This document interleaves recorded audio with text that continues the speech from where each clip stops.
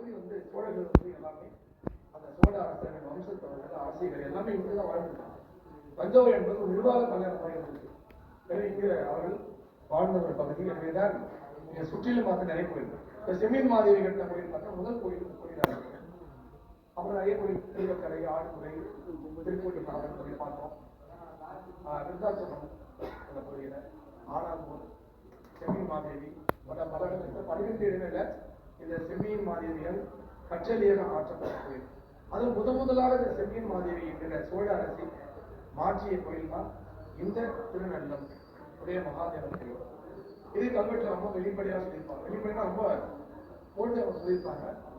இந்த கோயில் ஏன் எடுத்தாங்க அப்படின்னா, அதை குறிப்பா பார்த்தீங்கன்னா நான் எப்படி எடுத்தேன்னா, இந்த மதுராந்தக தேவரான ஸ்ரீ உத்தம சோழனுடைய ஆட்சியில அவர் திருமகனார். இந்த திருமகன் தான் அவரே என்னோட மகன் நெருமகன் இல்ல, திருமகன் அரசன் அவரு. நான் யாருன்னா கன்றாயத்தனுடைய நம்பிராட்டி. இந்த கோயில கன்றாயத்துக்காக எடுத்திருந்தேன். அப்ப கன்றாயத்தின் நினைவாக, அதனுடைய கனவு நினைவாக அவருடைய மகனான உத்தம சோழன் ஆட்சி காலத்துல இந்த கோயில் அவர்கள் கச்சலியாக மாற்றியிருக்காங்க. இது இருந்த கோயில் தான். ஏன்னா அவர் பாடல்பட்டிருக்காங்க. ஆனா பாடல்பட்ட கோயிலாக இருந்தாலும் செங்கல் கோயிலாக இருந்திருக்கு. அப்ப அவருடைய மகனான உத்தம சோழனுடைய 3வது ஆட்சி ஆண்டுல இந்த கன்றாயத்த சோழனுடைய மனைவியான உத்தம சோழனுடைய தாயான செம்மியன் மாதேவி, அவர் அதாவது மாதேவியடிகள் வந்து மடுவராயன் மகளார் மாதேவியடிகள் உத்தம சோழரை திருவாயூர் ராட்டியார். இந்த வார்த்தை வந்து அப்புறம் தான் முதல்ல வந்து அவங்க திருமகனார் உத்தம சோழனை திருமகனார் அவருடைய உத்தம சோழர் திருராஜ்யம் செய்யற காலத்திலே இந்த கோயிலை கட்டியிருக்காங்க அப்படின்னு அவங்க சொல்றாங்க. இந்த கோயில்ல கன்றாயுத்த ஈஸ்வரம் அப்படின்னு அவங்க சொல்றாங்க. அப்ப கன்றாய் மகன் தன்னுடைய கணவர் கன்றாயுத்த கட்டிய கண்டராயுத்த ஈஸ்வரம் அப்படின்னு அவங்க சொல்றாங்க. அது மட்டுமல்ல, இந்த கோயில்ல இவர் வந்து அந்த திருநாளத்து உடையாரை தொழுது இருக்காரு, அதை போட்டு வணங்கிட்டு இருக்காரு. இவர் தான் அவர் யாரு, அந்த கண்டாயத்து தேவன். கல்வெட்டுலேயே சிற்பங்கள் இருக்கு, கல்வெட்டு இருக்கு.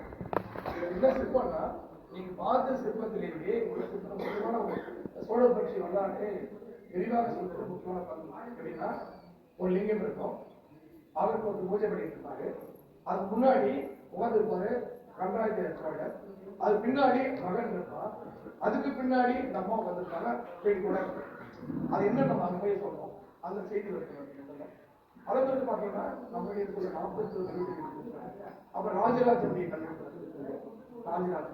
ராஜேந்திரன் இந்த கல்வெட்டுல செய்தி பாத்தீங்கன்னா, ராஜராஜ காலத்துல பாத்தீங்கன்னா இந்த வேளத்து, அதாவது பெண்டாட்டினா நமக்கு இப்போ மனைவிக்கு சொல்றாங்க இல்லையா, பொண்டாட்டி.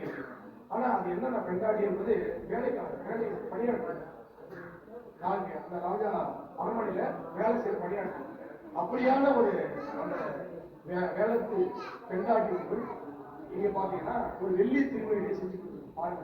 வேலை செய்யறவங்க ஒரு வெள்ளி திருமணி சாதாரண. அப்ப அந்த வேலை எவ்வளவு யாரா இருப்பாங்க, ஒரு வெள்ளி திருமணியை செஞ்சு கொடுத்துருக்காங்க. அது இல்லாம ராஜேந்திர சோழ ஆட்சி காலத்துல ஒரு சந்திரசேகர திருமணியா செஞ்சு நிறைய 50 திருமணி நிறைய உலக திருமணி நிறைய செஞ்சு கொடுத்துருக்காங்க. அந்த செய்தி எல்லாவற்றுக்கும் வேண்டாங்க. இந்த கோயில ஒரு குறிப்பு என்னன்னா, நீங்க தெரியும் ராஜராஜனுடைய அக்கா பேர் என்னது, குந்தவை, மராந்தகன் ஆழ்வான் குந்தவை. அந்த குந்தவை பிராட்டியார் நிறைய குந்தவை இருக்காங்க. ராஜனுடைய அக்கா பேரு குந்தவை, ராஜனுடைய மகள் பேரு குந்தவை. உங்களுக்கு பல குந்தவை வீமன் குந்தவை நிறைய 5 குந்தவை வராங்க. இப்போ என்னன்னா, இந்த ராஜேந்திர சோழன் ஆட்சி காலத்துல, அதாவது அவருடைய 3வது ஆட்சி காலத்துல பழையாறையில ராஜராஜ சோழனுடைய அக்கா இந்த குந்தவை பிராட்டி அங்க இருக்காங்க அரண்மனையில. ராஜேந்திர இருந்து போயிட்டாரு, புரியுங்களா, தம்பி இருந்து போயிட்டாரு ராஜராஜன். ஆனா அக்கா இருக்காங்க, போயிட்டாங்க, அந்த அம்மா இருப்பாங்க. அப்போ ராஜா இருந்த பின்னால அவருடைய அக்காவான இந்த குந்தவை பிராட்டியார் பழையாறையில அரண்மனை தங்கியிருக்காங்க. தங்கி எப்ப அப்படின்னா இந்த ராஜேந்திர சோழன் 3வது ஆட்சியாங்க.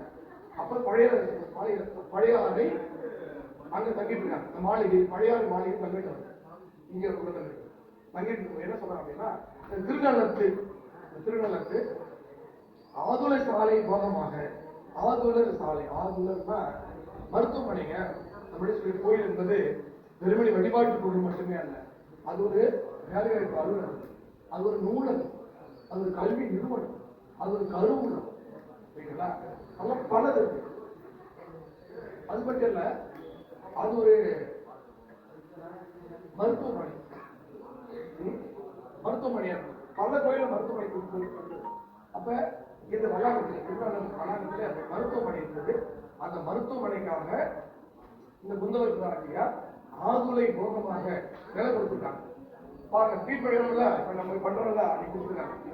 இந்த குந்தவைக்கிறாங்க இங்க மட்டும் இல்ல, தஞ்சாவூர்ல நம்முடைய தந்தையான சுந்தர சோழன் பேரிலேயே சுந்தர சோழ ஆதுள சாலை அப்படின்றது தஞ்சாவூர் படிக்கிறாங்க. அதே போலவே திருநகரத்திலேயும் ஒரு மருத்துவமனைக்கான ஒரு ஆதுளை போகமாக நிலம் கொடுத்துருக்காங்க. எங்க பழைய கொடுத்துருக்காங்க சார் பக்கத்தில். அங்கிருந்து வரும்போது நம்ம கேள்விப்படுறாங்க திருநெல்வேலியில் மருத்துவமனை பண்ணணும் அப்படின்னு. அந்த மருத்துவமனைக்காக அந்த மருத்துவமனை ஆதுளை சாலைனா மருத்துவமனை இருக்கும். அப்ப 1000 ஆண்டுக்கு முன்னாடியே திருநெல்வேலியில ஒரு மருத்துவமனைக்காக ஒரு அந்த மருத்துவமனைக்காக நிலம் கால கொடுத்ததை இந்த கல்வெட்டுல செய்திகள் வருது.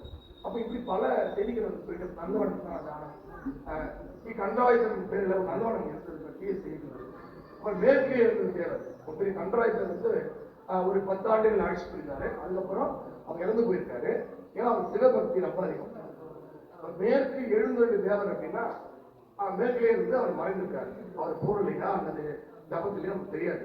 மேற்கு எழுந்தொழி தேவர் அங்க போய் இறந்து போயிருக்காரு. மேற்கு பக்கமா அப்படின்னு செய்தி வந்து கல்விட்டு வருது.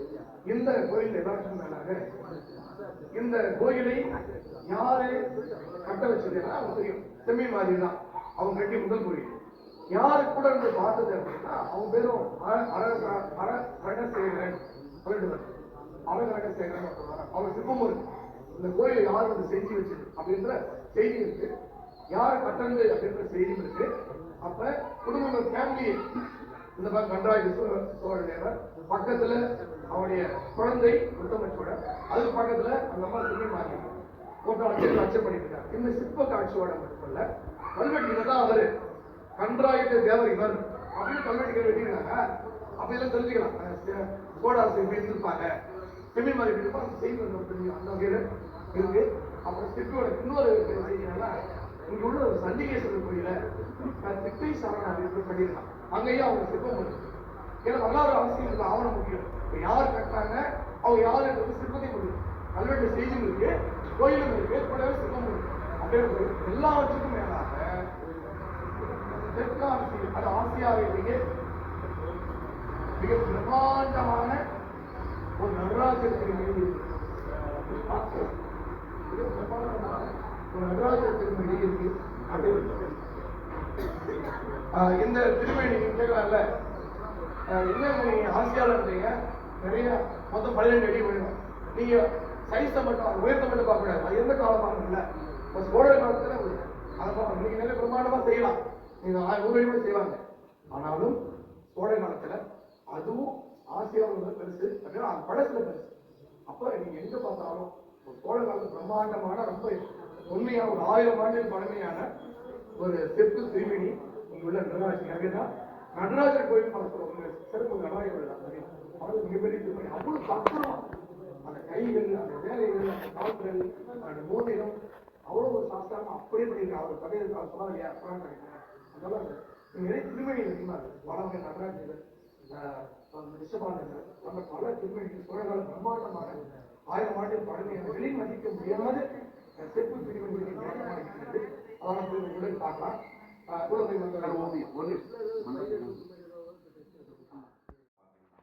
சுவர்கள்ல பாத்தீங்க அப்படின்னா பல வகையான ஓவியங்கள் இருக்கும்.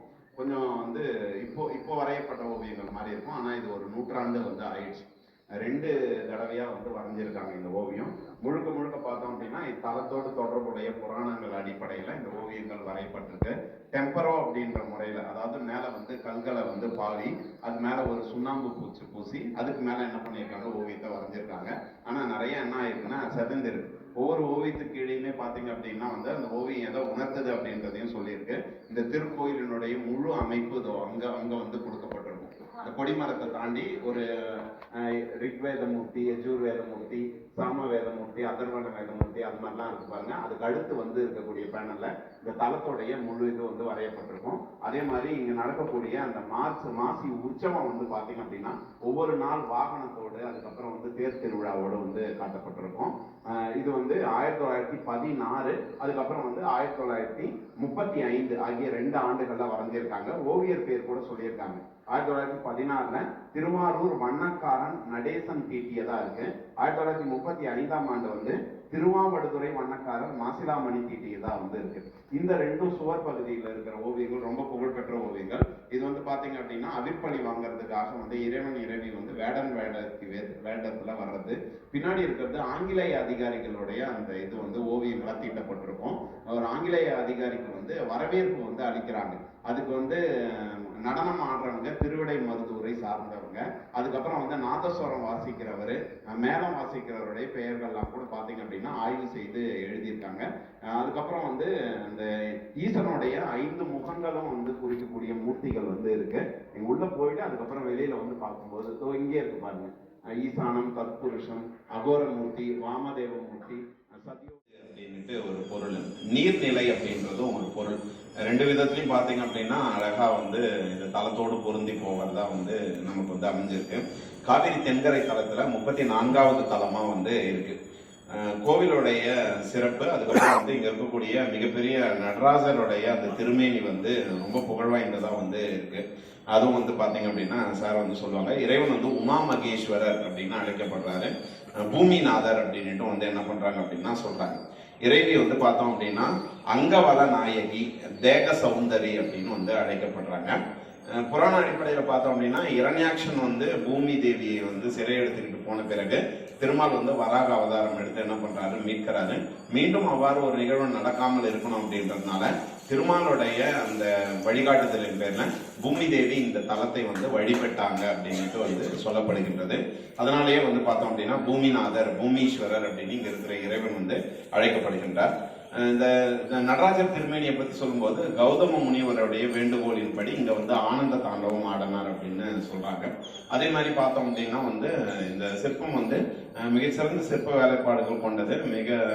அதாவது ஒரு என்ன சொல்றது, ஒரு தேர்ந்த சிற்பியால வந்து வடிவமைக்கப்பட்டிருக்கும். ஆனா நம்ம எப்பயுமே அப்படி சொல்றதை ஏற்றுக்க மாட்டோம் இல்லைங்களா? அதனால வந்து இது வந்து சுயம்புவாக தோன்றியது. அதாவது இறைவனை என்ன பண்ணார் அப்படின்னா வந்து தாக்கம் எடுப்பதாக வந்து சொல்லி என்ன பண்ணிடுறாருன்னா, சோழ அரசன் குறிப்பிட்ட நாள் கொடுத்து அதுக்குள்ளார வந்து ஒரு திருமேனியை செஞ்சு இந்த கோவில கொடுக்கணும் இறைவன் எனக்கு சொல்லிட்டாருன்னு சொல்றாங்க. சிற்பி என்ன பண்றாரு அப்படின்னா வந்து அதுக்கேற்ற மாதிரி நிறைய வார்த்து பாக்குறாங்க உலோக கலவைகளால. ஆனா சிலை வந்து சரியா வரல.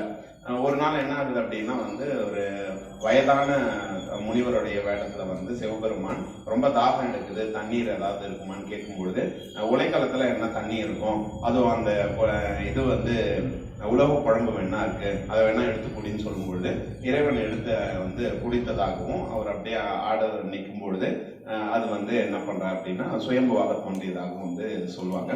உள்ள போனோம் அப்படின்னு நம்ம கேட்டோம்னா அர்ச்சகர் அதெல்லாம் வந்து நமக்கு சொல்லுவார். சம்பந்தர் அதுக்கப்புறம் அப்பர் ஆகிய 2 பேராலுமே வந்து பாடல் பெற்ற தலமா வந்து இது இருக்கு. கல்லால் நிழல் மேயே அப்படின்னு தொடங்கக்கூடிய பதிகத்தை என்ன பண்றாரு அப்படின்னா சம்பந்தர் பாடுறாரு. நல்லம் நகராணி அப்படின்னுட்டு எல்லா பாடல்களுமே பார்த்தோம் அப்படின்னா வந்து முடிகின்றது. ரொம்ப எளிய சொற்கள், ஆற்றொழுக்கான வந்து பாடல்கள் வந்து போகுது. அப்படியே தொடங்கினா முடிகிற வரைக்கும் நீங்க வந்து பெரிய சிக்கல் இல்லாம நீங்களே ஒரு தடவை படிச்சாலே பொருள் கொள்ளும் வகையில ரொம்ப எளிதான பாடல்களா நமக்கு இருக்கும்னு வச்சுக்கோங்களேன். அங்கோல் வலை அப்படின்னுட்டு உமைய வந்து அழைக்கிறாரு. அதுதான் என்ன ஆகுது அப்படின்னா வந்து கொஞ்சம் திரிந்து அங்கவல நாயகி ஆனது நமக்கு நல்லா தெரியுது. ஓகே, அப்போ 2த்துக்கும் வந்து ஒரு தொடர்பு இருக்கு. நமக்கு பார்த்தோம் அப்படின்னா வந்து தேவார தலங்கள்ல பாடல்ல வந்து உமைய வந்து குறிப்பிடும் பொழுது சில சொற்களால வந்து வழங்குவாங்க. அந்த சொற்களை வச்சு என்ன பண்ணிடுவாங்க அப்படின்னா வந்து நமக்கு வந்து அம்மையுடைய பெயரை பிற்காலத்திலையும் கொடுத்துருவாங்க. இப்போ வந்து மெய்யம்மை அப்படின்னுட்டு பனையபுரத்துல இருக்குது அப்படின்னா சம்பந்தருடைய தேவாரத்துல இருக்கு. அது அப்படியே என்ன பண்றாங்க அப்படின்னா மெய்யம்மை, சத்தியாம்பிகை அப்படின்னு மாத்துறாங்க. அந்த மாதிரி அங்கோல் வலை அப்படின்றது அழகா அங்கபல நாயகி அப்படின்னு பிரிந்து இருக்கிறது நமக்கு நல்லாவே. அது அப்படியே என்ன ஆகுது அப்படின்னா வந்து வடமொழியில அதுக்கேற்ற மாதிரி வந்து தமிழ்ல இருந்து மறுபடியும் வந்து மாறுறது நமக்கு தெரியுது. அப்புறம் திருக்குறுந்தொகையில வந்து ஒரு பதிகம் வந்து பாடியிருக்காரு. கொல்லத்தான் நமனார் அப்படின்னு தொடங்கக்கூடிய ஒரு பதிகம், ரொம்ப நல்ல ஒரு பதிகம். யமன் வருவதற்கு முன்னாடி, இந்த காலம் வந்து செல்வதற்கு முன்னாடி, சொல் உடல் எல்லாம் சோர்ந்து போகிறதுக்கு முன்னாடி, மனைவி மக்கள் சொந்த பந்தம்லாம் நம்மளை விட்டு நீங்கிறதுக்கு முன்னாடி இந்த நல்லம் நகரை வந்து நீங்க சேரணும் அப்படின்னு சொல்றாரு. நமக்கு வந்து இந்த நிலையாமையை பத்தி சொல்ற மாதிரியே பாடல்கள் வந்து அந்த ஒரு பதிகம் முழுவதுமே அப்படியே முடியறது ரொம்ப சிறப்பானதா வந்து இருக்கு. அதுல வந்து நல்லம் அப்படின்னு, நல்லம் அப்படின்றதே வந்து ஒரு நன்மை அப்படின்ற சொல்ல சேர்த்திருக்கு. அதுக்கு இன்னொரு அடைமொழியா வந்து நல்லம் அப்படின்ற வார்த்தையை அப்பர் வந்து தன்னுடைய பதிகத்துல வந்து பயன்படுத்துறாரு. பிற தலங்களை பாடும்பொழுதும் இந்த நல்லம் அப்படின்ற நகரம் வந்து என்ன பண்றாருன்னா சுட்டி காட்டார். 11ஆம் திருமுறையில பட்டினத்து பிள்ளையார் திரு ஏகம்பம் உடையார் திருவந்தாதியில பல தலங்களை தொகுத்து தரும்பொழுது இந்த நல்லம் அப்படின்ற நகரத்தை சுட்டி காட்டுறாரு. அதே மாதிரி சேக்கிழார் வந்து திருஞான சம்பந்தர் இங்க வந்து பாடியதை பத்தி குறிப்பிடுறாரு. ஆனா திருநாவுக்கரசர் பாடம் தான் என்ன பண்ணல அப்படின்னா தன்னுடைய பெரிய புராணத்தை குறிப்பிடல. வழக்கம் போல நமக்கு வந்து வள்ளலார் அருட்பாவுல இத்தலத்தை இறைவன் என்ன பண்ணியிருக்காரு அப்படின்னா வந்து பாடியிருக்கிறார். சக்கரவர்த்திகள் சக்கரவர்த்திகள் ஸ்ரீ குலோத்துங்க சோழன் ஆண்டு 15வது சண்டேஸ்வர தேவர் திருக்கற்றளி செய்தறினார் திட்டை விடுமையான் பிள்ளை எப்படி வருது. அப்ப 2ஆம் குலத்தோட ஆட்சி காலத்துல இந்த சண்டேஸ்வரர் கோயில செஞ்சு கொடுத்தவர் திட்டை விழுமையான் அப்படின்றவர். பாருங்க, நீங்க வந்து இதுல லிங்கம் தெரியும், பார்த்தா நல்ல கூட இருக்கு. இவரு சண்டேஸ்வரர், பக்கத்துல இந்த திட்டேஸ்வரர் இவரு வாங்கிட்டு இருக்காரு. ஏன்னா சண்டேஸ்வரர் யாரு? அவர் தானே அடிவர். அப்போ லிங்கம் அப்படியே சண்டேஸ்வரர் இவருக்காக கட்ட கோயில் தான். அவர் பக்கத்தில் இது வந்து அவர் செஞ்சவர் சதாசிவம் காட்டுறாரு. இப்பயே அவர் கல்வெட்டு இங்க பாருங்க. இதை நீங்க எல்லாரும் அவசியம் பார்க்க வேண்டியது. 10 லட்சத்தை சொல்ற தப்பு இல்லை. இது ஒண்ணுதான் இது எனக்கு கல்வெட்டு முழுமையா இருக்குங்க. ஸ்வஸ்தி ஸ்ரீ ஸ்ரீ கண்டராதித்த தேவ தேவியார் மாதேவடிகள் ராண ஸ்ரீ செம்பியன் மாதேவியார் தம்முடைய திருமகனார் ஸ்ரீ மதுராந்தக தேவரான ஸ்ரீ உத்தம சோழர் திருராஜ்யம் செய்தருளா நிற்க தம்முடையார் ஸ்ரீ கண்டராதித்த தேவர் திருநாமத்தார் திருநல்ல முடையார்க்கும் திருக்கற்றளி எழுந்தொழிவித்து இத்திருக்கற்றளியிலே திருநல்ல முடையாரை திருவடி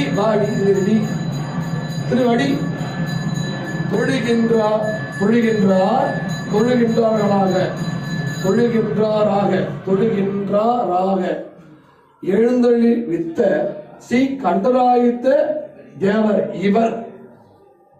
இவர் அதாவது ஸ்ரீ கண்டராதித்த தேவர் தேவியார் கண்டராதித்த தேவருடைய மனைவி மாதேவடிகளான அவங்க பேர். கண்டராதித்த தேவருடைய மனைவி தேவியார் தான் மனைவி, அவருடைய தேவி மாதேவடிகளான ஸ்ரீ செம்மியன் மாதேவியார் அவங்களுடைய திருமகனார் ஸ்ரீ மதுராந்தக தேவரான தேவரான ஸ்ரீ உத்தம சோழர் திருராஜ்யம் செய்த அவர் வந்து ராஜாவா இருக்காரு, திருராஜ்யம் செஞ்சிட்டு இருக்காரு. யாரு? அவர் திருமகன். யாருடைய? தம்முடைய அந்த செம்மியன் மாதேவியுடைய திருமகன். அவங்க பேரு மதுராந்தகரான உத்தம சோழ தேவர் திருராஜ்யம். அவர்தான் ராஜா, சோழ அரசா இருக்காரு. அப்படி இருக்கும்போது தம்முடைய கணவர், தம்முடைய உடையவர் யாருன்னா அந்த அம்மா கண்டராதித்த தேவர். அவருடைய திருநாமத்தார் தன்னுடைய கணவரான தம்முடைய முடியார்னா பெருமைக்குரியவர், சாமிக்கு முடியாரு, கணவர் முடியார் கண்டராதித்த தேவர் திருநாமத்தார் அவருடைய பேராலே திருநல்ல முடையா இருக்கு. இந்த சாமி இந்த திருநல்ல முடையா தான் இவரு முடையா இருக்கு. திருக்கற்றலி எழுந்தருளி வித்து. அப்போ கோயில் இருந்திருக்கு இல்லையா? திருக்கற்றலினா திருன்னா உங்களுக்கு புனிதமான, கற்றலி கல்லு ஸ்டோன் இல்லையா? கற்றலி தலினா கோயில், திருக்கற்றலி அப்படின்னா செங்கல் கோயில் வந்து நம்ம மாத்துறாங்க. திருக்கற்றலி எழுந்தருளி வித்து. இது திருக்கற்றலியிலேயே இந்த திருக்கற்றலிலே கோயில் கட்டது மட்டும் கிடையாது. இந்த திருக்கற்றலில திருநல்லமுடையாரை திருவடி தொழுகின்றதாக தவிர எழுந்தளித்த அவரே வந்து சாமி கும்பிட மாதிரி என் கணவர் தான் கட்டியிருக்கார். அதான் எழுந்தளித்த ஸ்ரீ கண்டராதி தேவர் இவர். பாத்தீங்களா? இவர் தான் அவருக்கு பதிகார். இப்பயே 6 ஆண்டுக்கு முன்னாடி பிறகு நான் கோயில் கட்டியிருக்கேன். நான் யாருன்னா என்னுடைய மகன் உத்தம சோழர், என்னுடைய திருமகன் தான் என்னுடைய மகன் அவரு. நான் யாருன்னா கண்டராதித்தனுடைய மாதேவேடி. என்னுடைய பேர் மாதேவேடிகள், செம்மின் மாதேவி. என்னுடைய மகன் பேரு மதுராந்தவனான உத்தம சோழன். இப்ப என்ன பண்ண, இந்த திருநெல்வேலிய இந்த கோயில கண்டராதித்தனுடைய பேர்ல, என்னுடைய கணவருடைய பேர்ல நான் அந்த கோயில் எடுத்து அவரை இந்த திருக்கட்டிலேயே அப்படியே திருவடி சாமியை தொடர மாதிரி செஞ்சு வச்சுக்க. இவர் தான் அவரு. யாரு? அவர் வீட்டுக்கார். சரி, நீங்க சொல்லிட்டா. இது மட்டும் இல்ல, நீங்க கேட்கலாம், இது யாரு? திருநெல்வேலியார். இவர் யாரு? பூஜை அர்ச்சகர். இவர் யாரு? இவர் தான் கண்டராதித்த. இவர் யாரு? குழந்தை உத்தம சோழர். இவர் யாரு? சிமீன் மாரி கொடை. இப்போ கேள்வி கேட்கலாம், சார் என்ன சார் அரசன் சொல்றாங்க இல்லையா, திருமகனார் ராஜம் சேர்ந்து சொல்றாங்க, இப்படி படிக்கிறாங்கன்னா இப்ப இவரே இல்ல, செத்து போயிட்டாரு. இவர் செத்து அம்மா ஆட்சி தெரியுமா? இவருக்கு ஆட்சி எப்போ இருக்குன்னா, இவருக்கு அப்புறம் அரிஞ்சய சோழர், அவருக்கு அப்புறம் சுந்தர சோழர், அவருடைய ஆட்சி காலத்திலேயே பாத்தீங்கன்னா ஆயுத கரிகாலன், அப்புறம் உத்தம சோழர். இப்ப இப்படி எல்லாம் வருது இல்லையா? அப்ப அரிஞ்சயர் வராரு, அதுக்கப்புறம் சுந்தர சோழர் வராரு, அது அப்புறம் 2 அரசர் போயிட்டாங்க. அப்ப இது நினைவுகள். இது தன்னுடைய கணவன் மிகப்பெரிய சைவ சமயத்தில் ஆழ்ந்தவன், 9ஆம் திருமுறை திருநீர் சபையை பாடியவன். அவரை வந்து சொல்லி அவருக்காக நான் கட்டுறேன், இது கண்டராயத்தின் பேர்ல நான் கட்டுறேன். கண்டராயத்தையும் சொல்லுது கட்டுறேன், கட்டிட்டு அவர் வணங்கிட்டு இருக்காரு. அது மட்டும் இல்ல, அவர் சிற்பத்தையும் பண்ணிருக்கேன் சொல்லி குழந்தை அவர் இழந்து போது குழந்தை பருவம் அப்பதான் பிறந்தா நான் செத்து போயிட்டாரு. ஏன்னா இவர் குழந்தையா இருந்தாலும் இவர் ஆட்சி என்ன பண்றாரு, தன்னுடைய தம்பி கொடுத்துட்டு போறாரு அரிஞ்சய சோழனுக்கு. அரிஞ்சய சோழன் யாரு? ராஜா இவரு தாத்தா. எனவே அந்த பழைய ஸ்டோரி அவங்க நினைக்கிறாங்க, தன்னுடைய கணவர் வந்து கூப்பிட்டாரு. அப்ப நினைச்சு அந்த அம்மா ஒரு கணவர் வந்து இந்த லிங்கத்தை வளர்ந்த மாதிரியும், பக்கத்துல குழந்தை பாருங்க, குழந்தை சின்ன பையன் சாமானிய சொன்னாரு. அடுத்து இந்த அம்மா வந்து உட்காந்துருக்காங்க. இது வந்து மெமோரியல், பழைய காட்சி.